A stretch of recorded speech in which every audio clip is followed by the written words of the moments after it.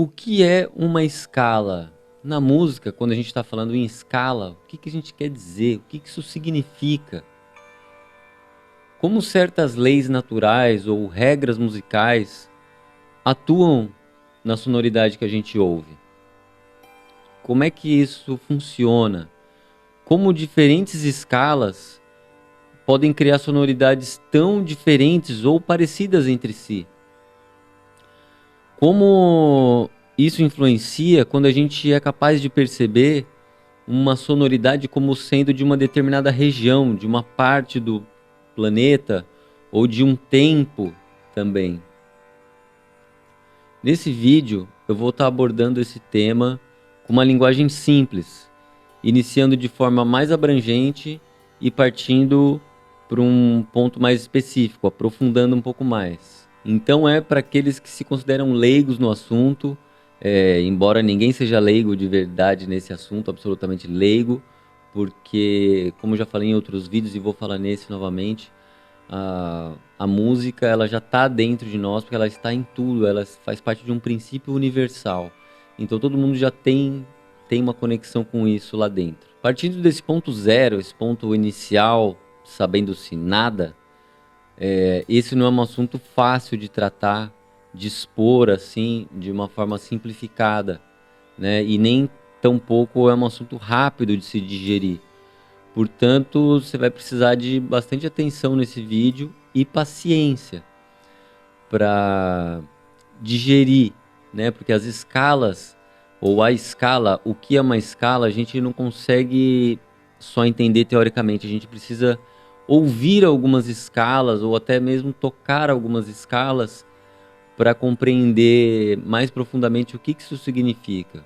Então fica tranquilo que não há nada de super complexo nisso aqui, vamos aos poucos e eu te garanto que no final desse vídeo, se você ficar até o final, o seu nível de compreensão vai crescer muito nesse assunto, desde o ponto em que você chegou aqui. Eu tinha falado num vídeo anterior sobre o que é uma nota musical. Vou falar de novo nesse vídeo e depois eu vou fazer um vídeo só sobre isso. Porque ainda assim, o que eu vou expor aqui é um tanto simplificado, tá? Mas por hora vai ser o suficiente para a gente poder abordar a escala. Então, o que é uma nota musical? O que é um som musical? Né? Na verdade, é uma oscilação periódica. É um movimento constante. O som musical são movimentos constantes que têm uma frequência numa faixa audível. Ou seja, são oscilações periódicas que a gente pode ouvir como tons, que tem a sua frequência específica, né? A sua faixa de frequência, que é a faixa audível. Então, sons que vibram com uma velocidade ou com uma frequência de 20 vezes por segundo e até 20 mil vezes por segundo são percebidos como sons, como som musical, como um tom de frequência. Então, eu falei no vídeo anterior que isso faz parte de um princípio universal, porque a gente está num universo onde tudo vibra, tudo é movimento periódico, né? Está em tudo esse princípio. Ele está do micro ao macro, desde os elétrons orbitando um átomo, que eles orbitam periodicamente, ciclicamente, até os movimentos cíclicos dos astros, do Sol, da Lua, da Terra, das órbitas dos outros planetas, né? Então, isso aí, ciclos, é um ritmo, né? Então, ritmo, som, cor, é tudo a mesma coisa. É o mesmo princípio vibratório que gera isso. A diferença entre eles são as faixas de frequência, muito mais elevadas ou muito mais baixas, né? Eu cheguei a comentar que existem animais aí que conseguem ouvir frequências que a gente não consegue ouvir, mais agudas, né? Tem um apito de cachorro que é silêncio para nós seres humanos, né? Você apita, ninguém ouve nada, mas os cachorros vêm correndo, porque eles conseguem ouvir aquela frequência e a gente não consegue. E assim, tem muitos outros seres, muitas espécies que se comunicam usando frequências mais elevadas que não são audíveis para a gente. Então, esse princípio está em tudo. É isso que eu quero dizer quando é um princípio universal e que o tom de frequência, um tom musical, uma nota musical é uma manifestação desse princípio. Importante a gente pensar nesse movimento como algo matemático, assim, é profundamente matemático, ele é absolutamente constante, né? Ele se confirma a cada novo ciclo, né? A gente está falando aí de dezenas, centenas, milhares de vezes por segundo, né? Que é o Hertz, os Hertz, que são uma medida para a gente medir frequências numa faixa de frequência audível, a gente costuma usar os Hertz. Então, Hertz é uma quantidade de vibrações por segundo. Então, quantos Hertz? Quantas vezes por segundo, né? A gente usa outras medidas para outras coisas, por exemplo, BPM ou RPM, mais fácil ainda, para motores de carro ou motores em geral, tem rotações por minuto, né? Um motor, ele também emite um tom de frequência, porque ele está fazendo um movimento periódico em determinadas frequências, né? O motor, quanto mais você acelera, o som tende a ficar mais agudo. Quanto mais agudo ele vai ficando o som, é porque o movimento periódico está mais acelerado, está numa frequência mais elevada, está subindo a frequência. Conforme você acelera, a frequência vai subindo, o giro do motor sobe e o som muda também, fica mais agudo, né? É um exemplo bem interessante aí para traçar um paralelo. E aí, relativamente, a gente pode puxar muitas outras medidas de movimentos cíclicos, como por exemplo o dia, ou por exemplo o ano, porque o ano também é esse movimento cíclico. O dia também é um movimento cíclico, né? A Terra girando em torno de si e a luz do Sol batendo ali. Então, esse ciclo pode ser subdividido em dia, noite, em horas. Outros ciclos, outras órbitas de planetas, ciclos galácticos, maiores ainda, de muito mais tempo, né, de duração. Então eu vou fazer um vídeo depois para falar só sobre essa matemática do tom, porque tem muita coisa aí dentro ainda, tem uma beleza assim fantástica, que é uma coisa que me trouxe até aqui, esse princípio. Depois eu vou fazer um vídeo só sobre isso, porque ainda estamos falando de forma rasa, superficial, sobre uma nota musical, sobre um tom de frequência, né, que está totalmente conectado a esse princípio universal. Então vamos para a escala. A escala, então, na verdade, de forma simples, ela é um agrupamento de notas, é um grupo de notas que serve para a gente fazer um monte de coisas com esses grupos. E cada grupo que a gente seleciona de notas, ele vai ter uma sonoridade diferente, porque a gente pegou notas diferentes.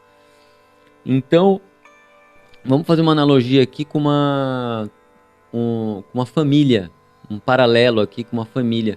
Porque com as notas acontece uma coisa que é o seguinte, que são algumas notas se combinam muito bem e outras não se combinam de jeito nenhum. Né? Ou melhor dizendo, a combinação pode soar agradável ou a combinação pode soar desagradável, que a gente costumou chamar de consonância ou dissonância, né? Então vamos usar a família. Pensando na família, para a gente entender um pouco da escala, como é que funciona. A família tem sempre um ponto, vamos imaginar uma família com apenas um ponto, que seria a mãe ou o pai, talvez, dessa família, que tem lá mais alguns membros, né, que eles têm uma relação muito próxima com essa mãe ou pai, que é alguém principal ali na família, né, um ponto do qual os outros derivaram, pode-se dizer assim. Então aí você tem dentro dessa família níveis ou graus de parentesco, né? Você tem a mãe ou o pai, e aí você tem filhos, né? Que é um nível mais próximo, talvez possível. Depois dos filhos você pode ter primos, sobrinhos, netos e por aí vai. Desde um grau de parentesco muito próximo até um grau de parentesco mais distante, lá um primo de segundo grau e tal, por exemplo. Então, essa família tem um centro, tem um líder, tem alguma coisa que é uma raiz da família, né? Então,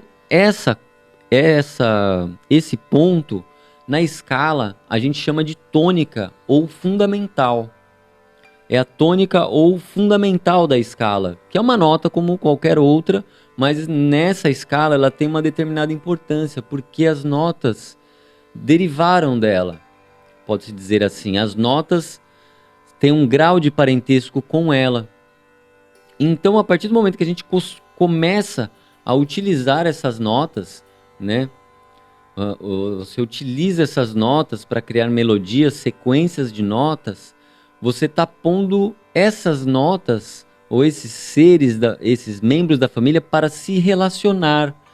Por exemplo, o pai tendo uma conversa com um filho, de repente é diferente de uma conversa que o pai tem com um primo, com um sobrinho, com um neto.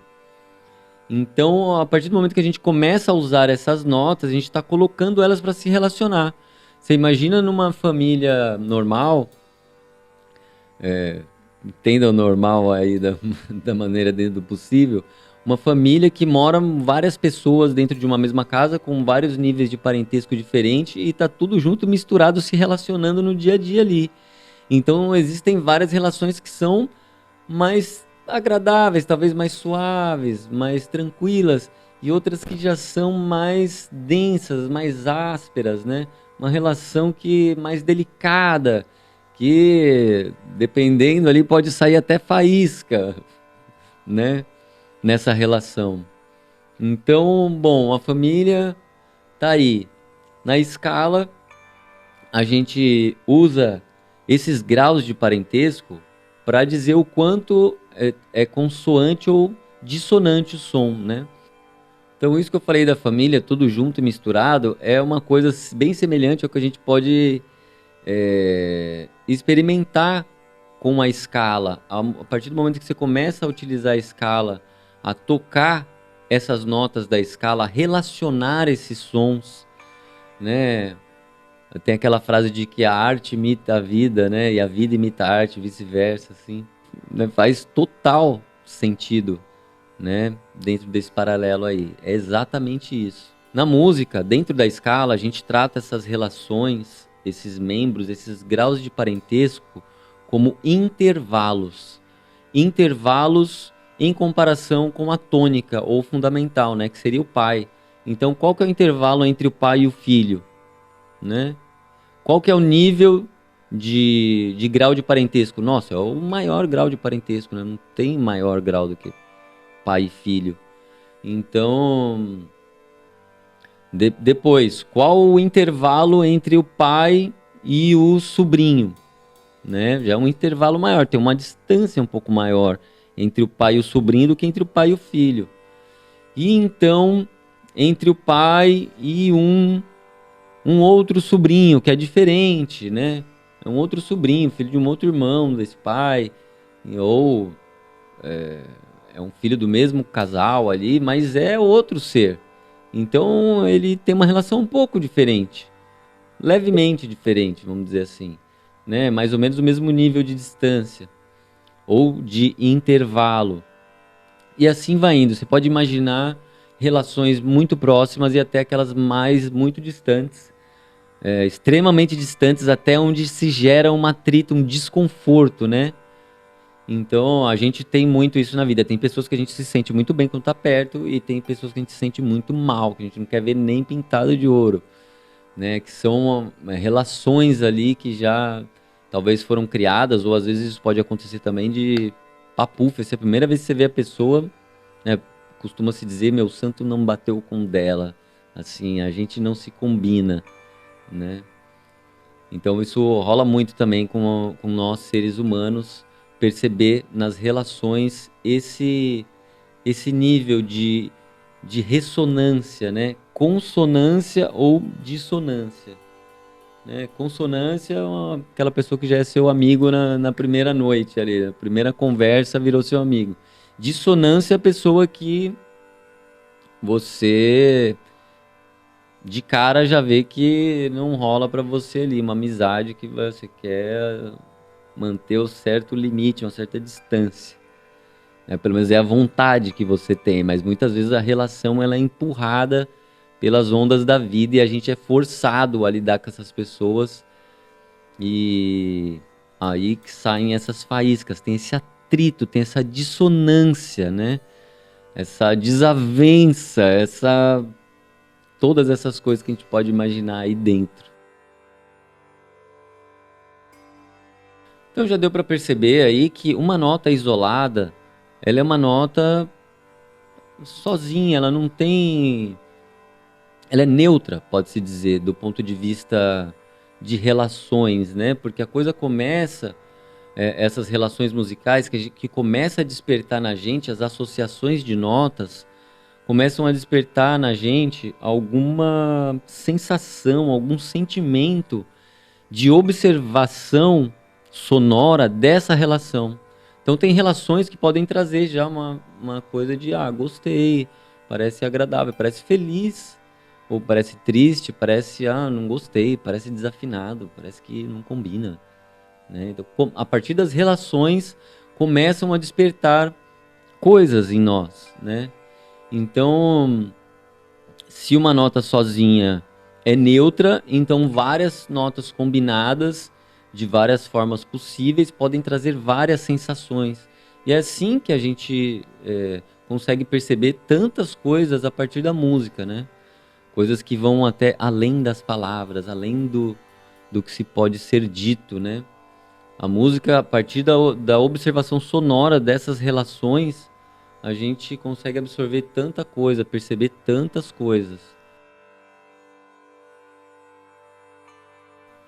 Você talvez não saiba, mas você já conhece uma escala de cor, de cabeça, né? Não sabe? Acha que não sabe? Vamos ver. Você conhece as 7 notas musicais, famosas 7 notas musicais? Dó, Ré, Mi, Fá, Sol, Lá, Si. As 7 notas musicais. Conhece, né? Essas 7 notas, na verdade, são uma escala. É a escala de Dó. Viu que a gente começa falando Dó, né? Dó, Ré, Mi, Fá, Sol, Lá, Si. E muitas vezes termina no Dó. Dó, Ré, Mi, Fá, Sol, Lá, Si, Dó. É a escala de Dó. A gente chama essa escala de escala maior natural. Tá vendo só? Você já sabe uma escala. Então, essa talvez seja a escala mais ouvida, né? A escala maior natural. Daqui a pouco eu vou falar um pouco disso, dessa natureza, como é que funciona. Então, essa escala maior natural, quando eu falo a escala de Dó, quer dizer que o Dó é a fundamental ou tônica dessa escala. Ela é aquela nota da qual as outras notas derivaram, né? É a mãe daquela família. Então, você já sabe uma escala. Olha só que maravilha. Agora tem uma outra coisa para te dizer, uma novidade, né? Que a gente fala dessas 7 notas musicais, as famosas 7 notas musicais. Porém, não existem só 7. Não são só 7 notas musicais que existem 12. Na verdade, a existência de notas é uma coisa que não dá para se numerar. Pode dizer que são infinitas ou, né, pensando em tons de frequência. Tons de frequência são infinitos. Né? As 12 notas musicais elas foram escolhidas para a gente fazer música na parte ocidental do mundo. Então existem 12 notas musicais que foram escolhidas entre toda essa infinidade de tons de frequência, porque realmente lidar com infinito é muito complicado. Então, com essas 12 já dá para fazer muita coisa. Sobre essas 12 notas musicais também, isso é um assunto para um outro vídeo, não é nada complexo, mas eu quero tratar disso com profundidade também. Então vamos seguindo aqui na escala, foco na escala. Então vamos aprofundar um pouco nessa família, nessas relações, nesses intervalos, como é que tudo isso aconteceu, como é que se chegou até aí. Vamos mergulhando um pouco mais fundo nessa história. Não tem como falar desse assunto sem falar do Pitágoras, que foi um grande matemático, músico, filósofo, um sábio da antiguidade. Se você não ouviu falar nele, vai ouvir ainda falar muito, né? A gente até estuda a matemática na escola e ele tem muita conexão com a música e com a matemática, porque a história da matemática e da música se fundem nos primórdios, né? E o Pitágoras está um pouco envolvido nisso, com o experimento que ele fez do monocórdio, né? Ele construiu um instrumento de apenas uma corda e ele começou a explorar essa coisa de combinações e não combinações de notas, né? De consonância e dissonância. Para ele não dava, sabe? Ele queria saber o porquê, como é que isso acontece, de que forma, né? Muitas perguntas que um sábio pode se fazer, e foi atrás das respostas, construiu o monocórdio e foi um marco na história da música e da matemática e da física na parte ocidental do planeta. Porque na China fizeram os mesmos tipos de experimentos que o Pitágoras fez, porém milhares de anos antes, e foram feitos com flautas, com tubos de bambu. Voltando ao Pitágoras e ao mundo ocidental, então, que é o responsável pela chegada da consciência a respeito disso, vamos mostrar aqui o experimento que ele fez vou mostrar aqui no violão, que é um instrumento bacana para poder mostrar isso.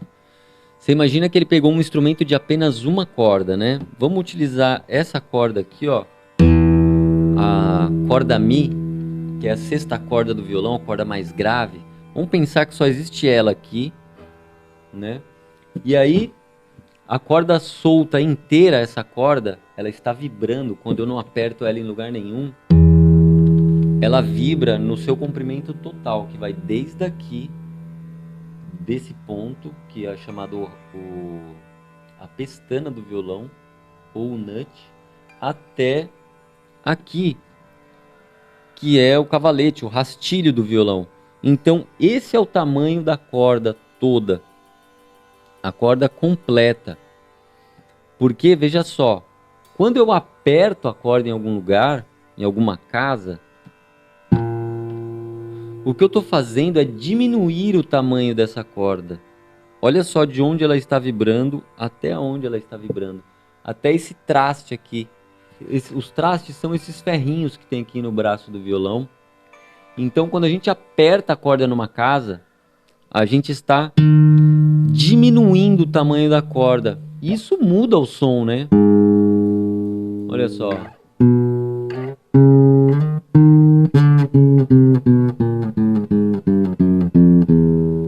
Quanto maior a corda fica, mais grave o som fica. E quanto menor a corda fica, o som fica mais agudo. Bom, Pitágoras foi descobrindo um monte de coisas e, principalmente, o que ele descobriu foram os principais intervalos consonantes, que ficaram conhecidos como consonâncias perfeitas. Ele, no monocórdio, era o seguinte, ele esticou uma corda, tipo como está esticada uma corda assim, né, sob uma tensão constante. Os experimentos da física são muito rigorosos. Então, uma corda tensionada com uma pressão constante. Ele pegou um traste móvel que ele podia movimentar e que ia fracionando essa corda no tamanho que ele quisesse. E embaixo, por onde deslizava esse traste, ele colocou uma régua. E ele começou a ver, a perceber, né, com muita atenção na sua percepção auditiva ali, tocando os sons, diminuindo a corda e comparando o som da corda inteira com frações da corda.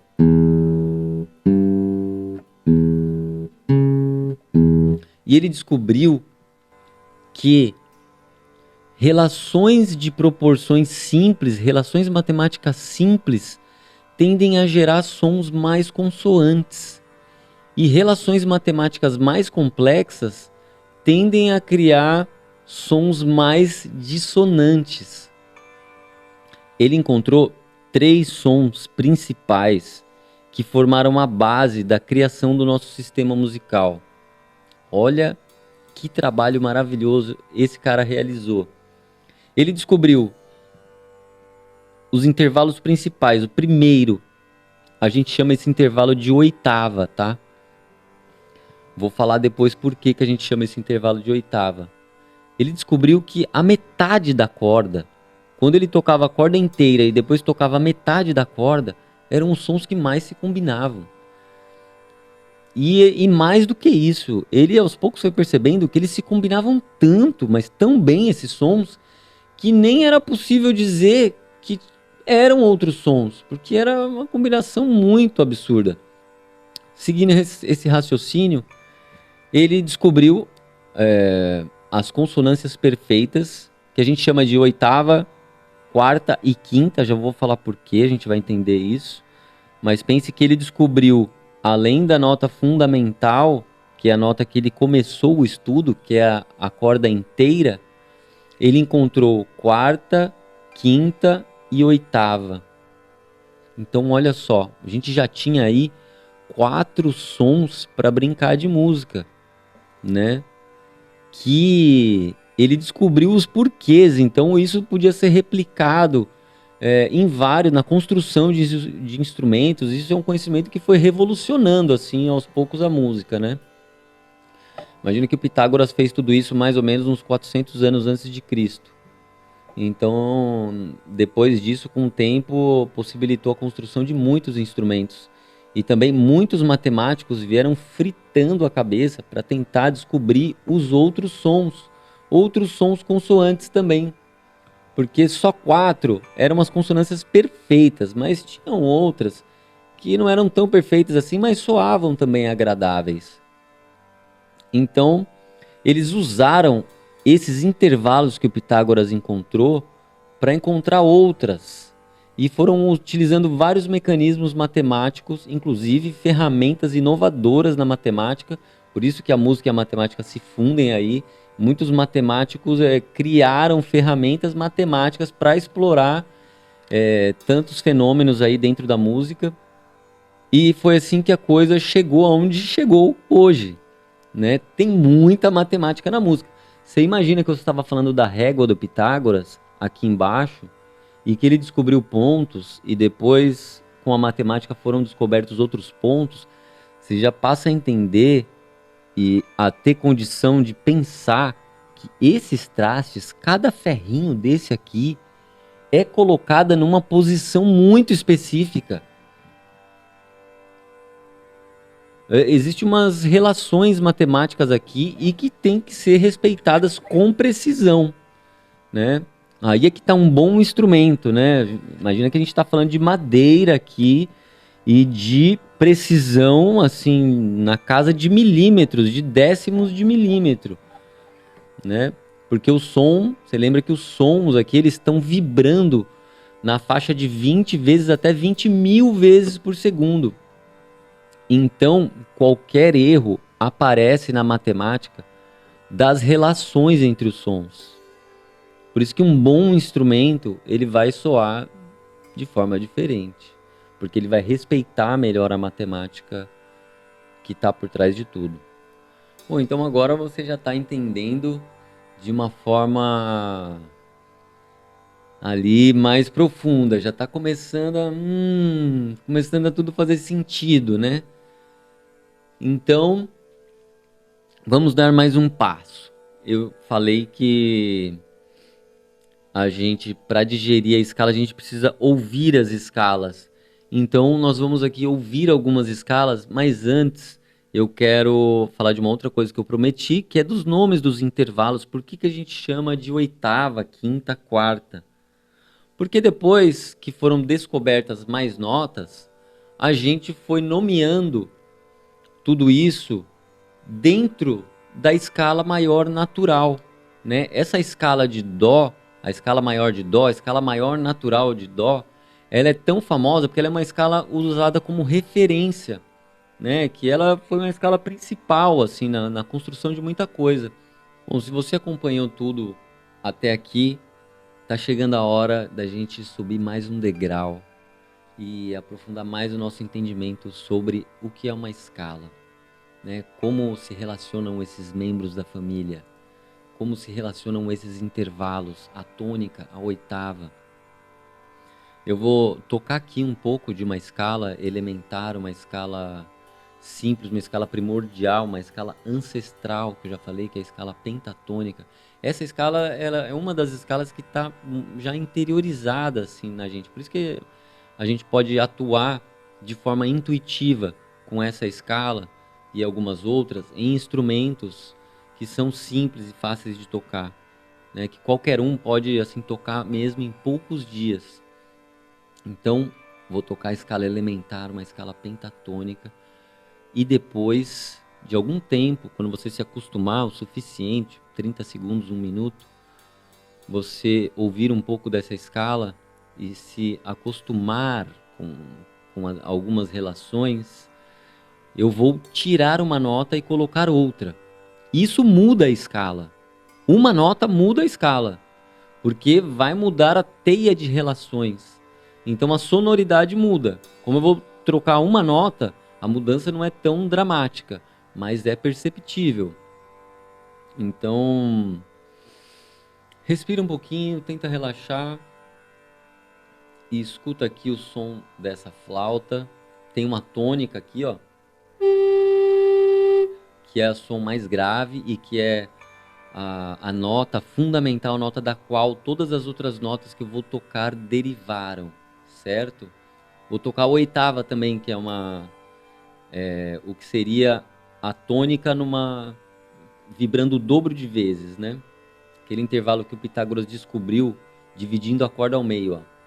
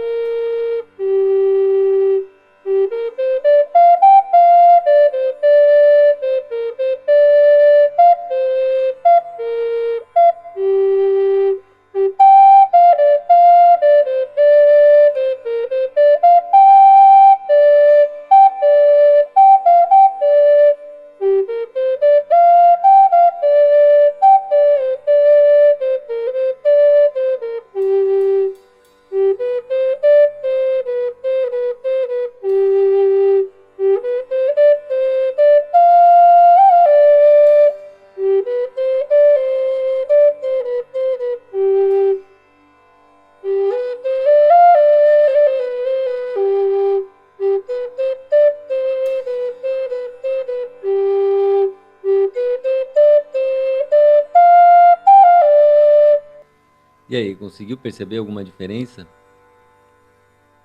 É sutil essa diferença, eu troquei apenas uma nota, então não é uma diferença tão dramática quanto eu vou tentar fazer agora, misturando, tocando algumas poucas frases de cada escala, tentando mudar a sonoridade para você perceber como é que as escalas podem mudar de uma para outra, como é que a sonoridade muda quando as relações mudam.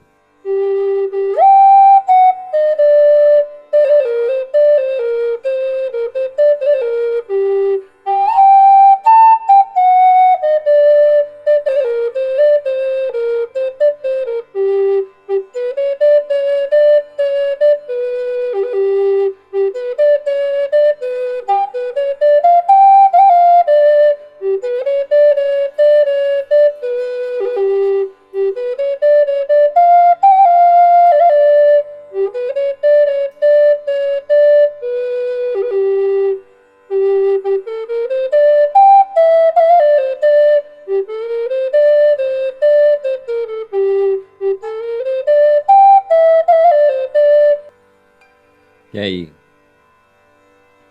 Tá começando a compreender o que é uma escala? E começando a compreender também que não é um bicho de 7 cabeças, nem a escala e nem a música, que dá pra entender, dá pra tocar. Olha, dá pra tocar sem não saber nada disso, tá? de forma intuitiva. A escala, alguns instrumentos, eles já estão diretamente relacionados a determinadas escalas, né? Então tem instrumentos que têm uma condição muito simplificada de você tocar determinadas escalas. E você preparando uma sequência de acordes, ou um fundo musical para essa escala, é uma coisa que não tem como dar errado, porque é matemática, né? A gente pensando em tudo isso que foi dito aqui sobre a matemática da música, então tem uma maneira, ou várias maneiras, da gente preparar condições, né? Quem entende dessa matemática pode preparar condições onde não tem como dar errado.